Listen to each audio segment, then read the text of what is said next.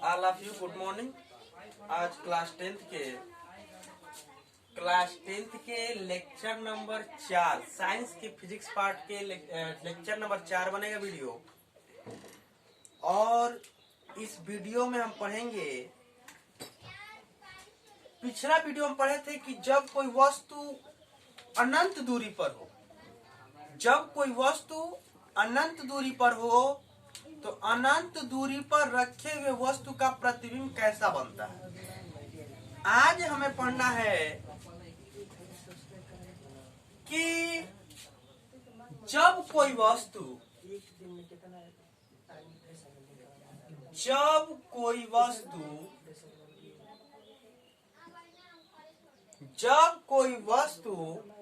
वक्रता केंद्र से पहले हो,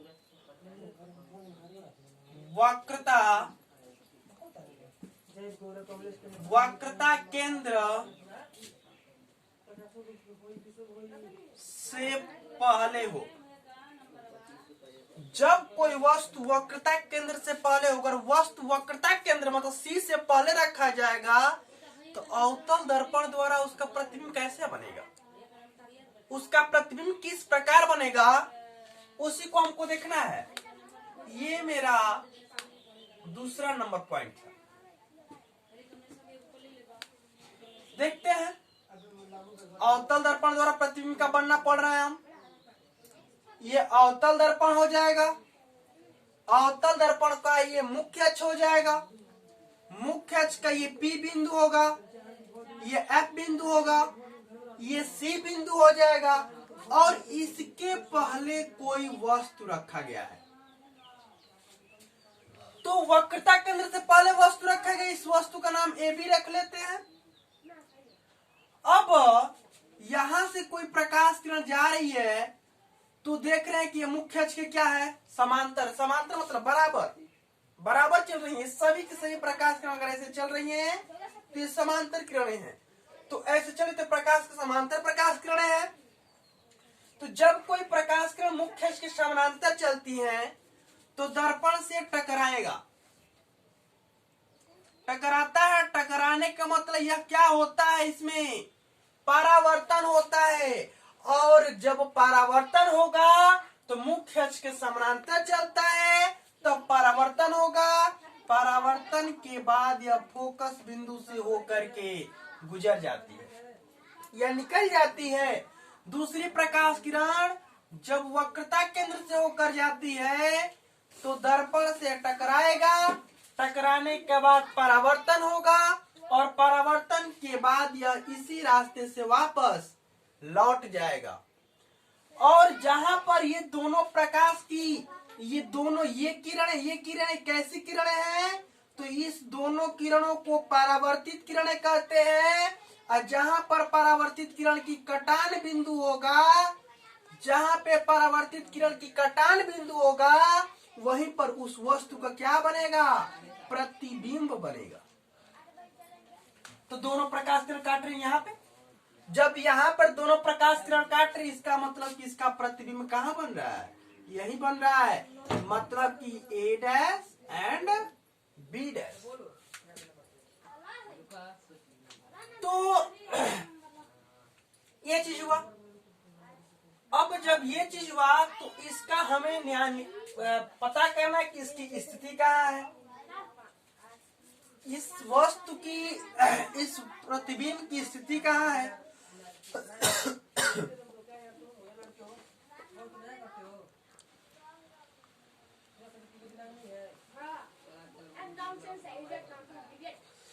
इसका प्रतिबिंब की पहले स्थिति कहाँ है,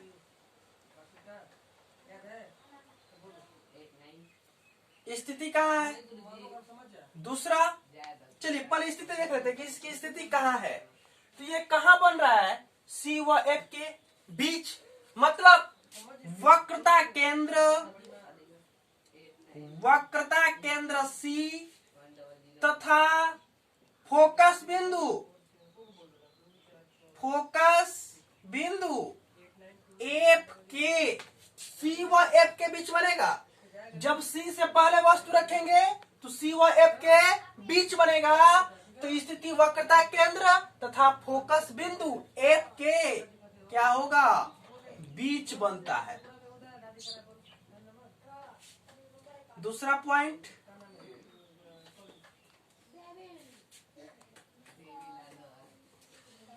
इसका विन्यास क्या है?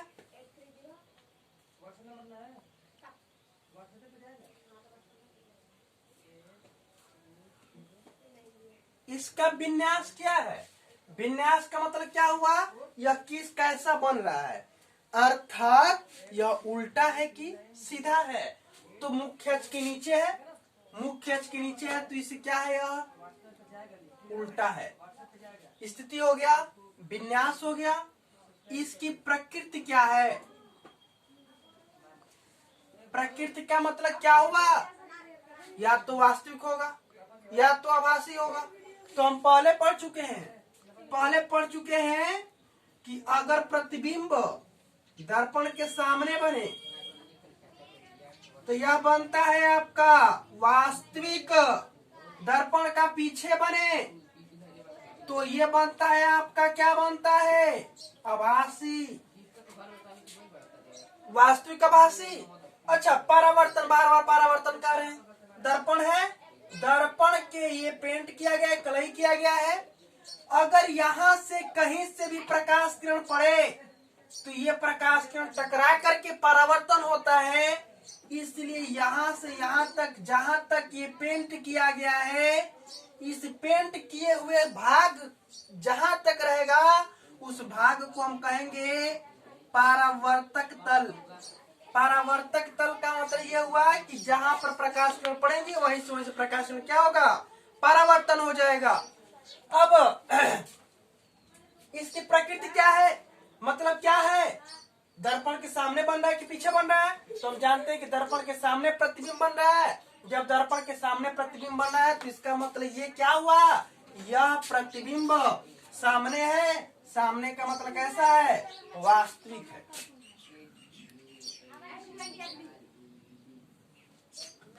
चौथा पॉइंट, स्थिति हो गया, विन्यास हो गया, प्रकृति हो गया। अब इसका आकार देखेंगे हम, इसका आकार क्या होता है।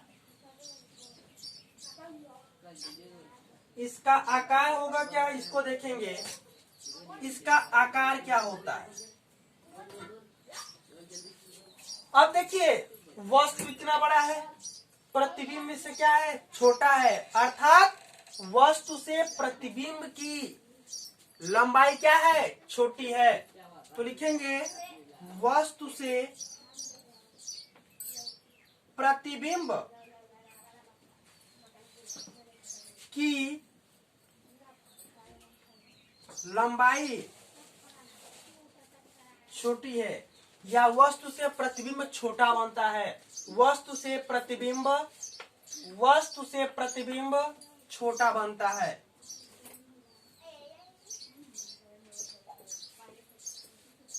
बस 4 पॉइंट हो गए। अब हमें लिखना है, जो इसको काम किए इसी काम को लिखना है। चलिए लिखते हैं।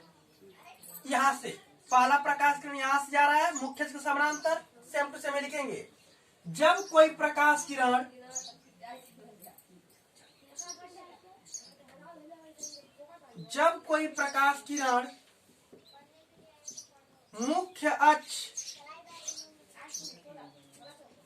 मुख्य अक्ष के समांतर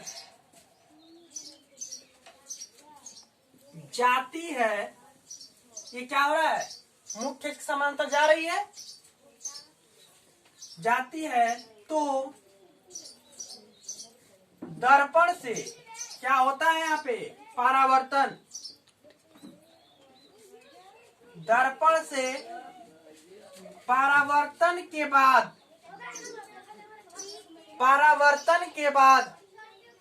दर्पण से परावर्तन के बाद फोकस बिंदु से होकर गुजर जाती है। फोकस बिंदु F से होकर गुजर जाती है।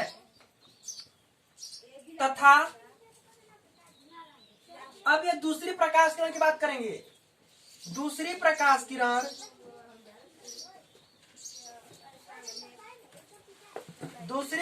किरण वक्रता केंद्र से होकर जाती है। वक्रता केंद्र C से होकर जाती है। तो यहाँ क्या होता है? परावर्तन। वक्रता केंद्र C से होकर जाती है तो परावर्तन के बाद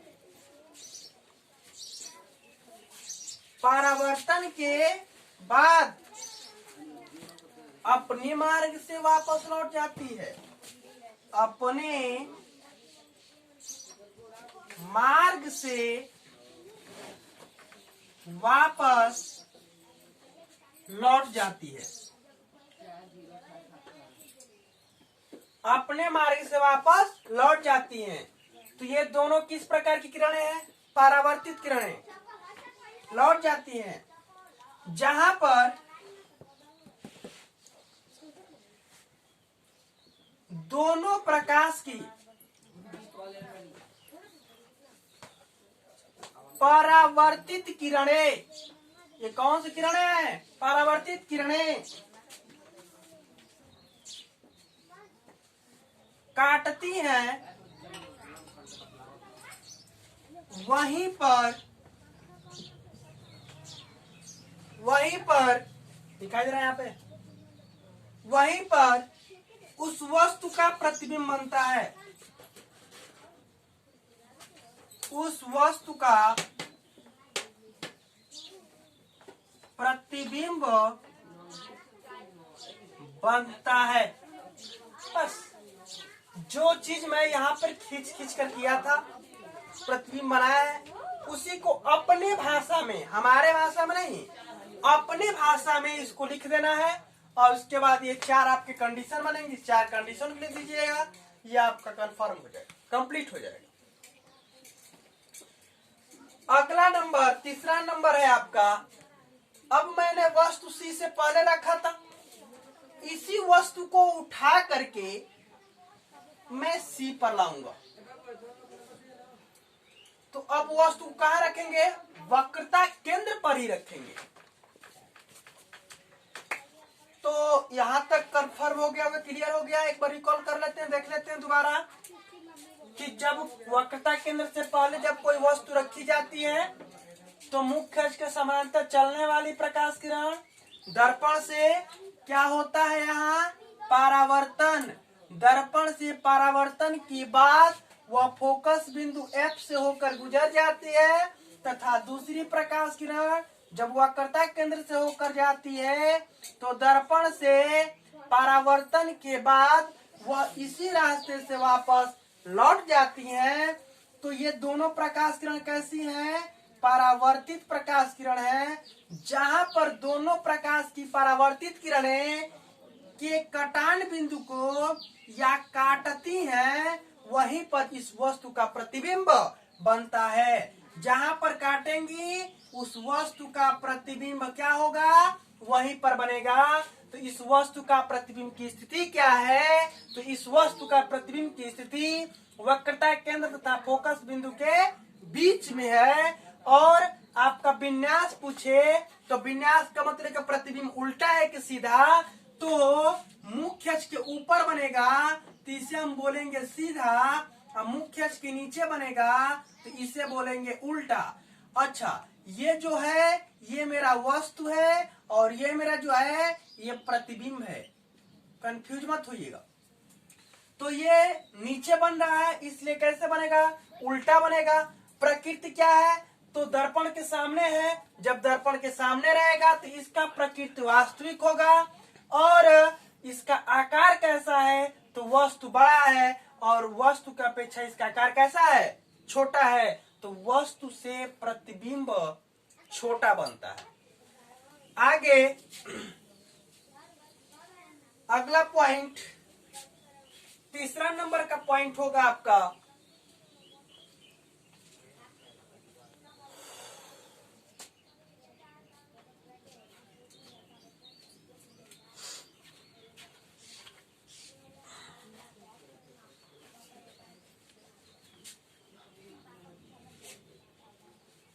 तीसरा नंबर,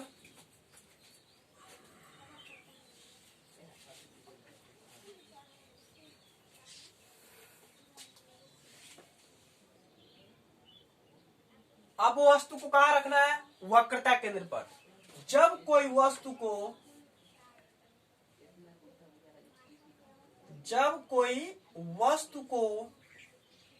वक्रता केंद्र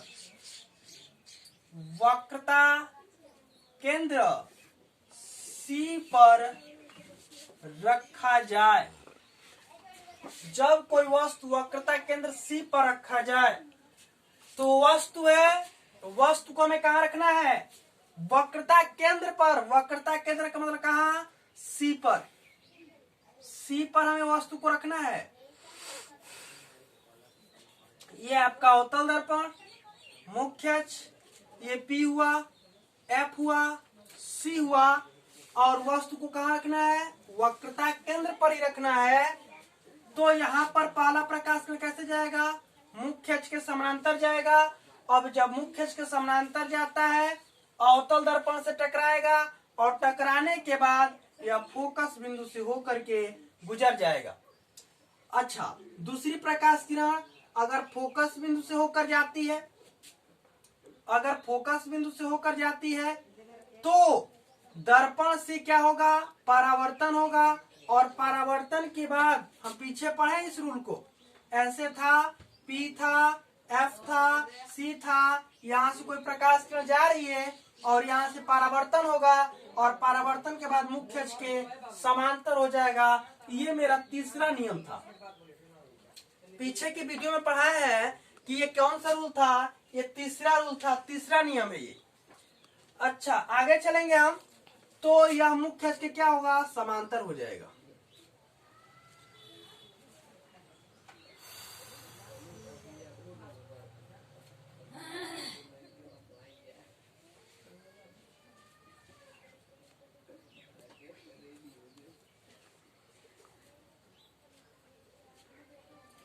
मुख्य अक्ष के समांतर हो जाता है। चलिए, तो मुख्य अक्ष के समांतर हो गया। अब आगे देखिए इसकी स्थिति क्या होगी? इसकी स्थिति कहां पर बनेगी, इसको देखना है। पहले इसका स्थिति क्या है जानेंगे कि प्रतिबिंब की स्थिति कहां है। तो ये मेरा क्या था? ये मेरा वस्तु था, और ये दोनों प्रकाश की परावर्तित किरणें काट रही हैं। जब दोनों प्रकाश की परावर्तित किरणें काट रही हैं, क्या बन गया? मेरा प्रतिबिंब बन गया। इसका नाम रख लेते हैं AB, इसका A', इसका B' रख लेते हैं। बस सिंपल। इसकी स्थिति कहां है? वस्तु रखे हैं C पर, और C के नीचे जस्ट बन रहा है C, इसके नीचे, मतलब C पर ही बनेगा। अर्थात वस्तु मतलब प्रतिबिंब वक्रता केंद्र पर ही बनता है। वक्रता केंद्र C पर क्या होता है? बनता है। तीसरा, इसका आकार देखें। इसका आकार क्या है? तो आकार क्या होता है देखेंगे, वस्तु की लंबाई और प्रतिबिंब की लंबाई, तो दोनों की लंबाई क्या होती है? बराबर होती है। अर्थात वस्तु के बराबर प्रतिबिंब बनता है। वस्तु के बराबर प्रतिबिंब बनता है। प्रतिबिंब बनता है। आकार हो गया, स्थिति हो गया, आकार हो गया। अब क्या रहा? विन्यास। इसका विन्यास क्या है? स्थिति, आकार, विन्यास। तो इसका विन्यास क्या होगा? वास्तविक बन रहा है कि आभासी बन रहा है? तो दर्पण से पहले है, तो यह कैसा बनेगा? वास्तविक बनेगा। स्थिति, आकार, विन्यास। स्थिति, आकार, विन्यास और प्रकृति क्या है? इसकी प्रकृति क्या है? इसकी प्रकृति कहाँ है, बन रहा है, इसका जानेंगे हम। इसकी प्रकृति क्या है? तो चूंकि विन्यास गलती है, इसका जो प्रकृति है, ये प्रकृति कैसा बन रहा है, ये वास्तविक बन रहा है।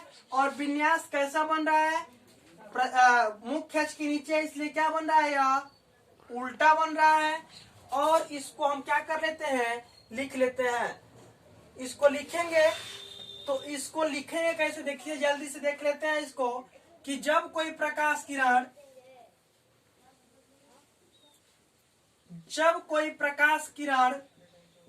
मुख्य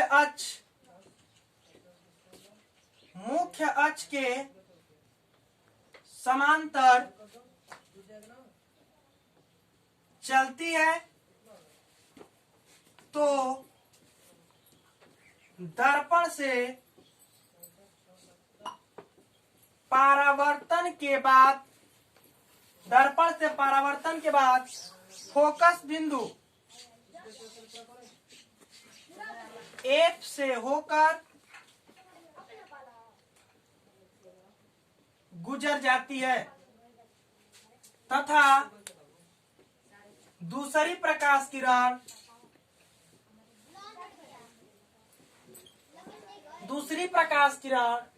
फोकस बिंदु से होकर जाती है F से होकर जाती है, तो दर्पण से परावर्तन के बाद, यहाँ से परावर्तन के बाद मुख्य अक्ष के समांतर हो जाती है। मुख्य अक्ष के समांतर हो जाती है, जहां पर दोनों प्रकाश किरण काटती हैं, दोनों प्रकाश की परावर्तित किरणें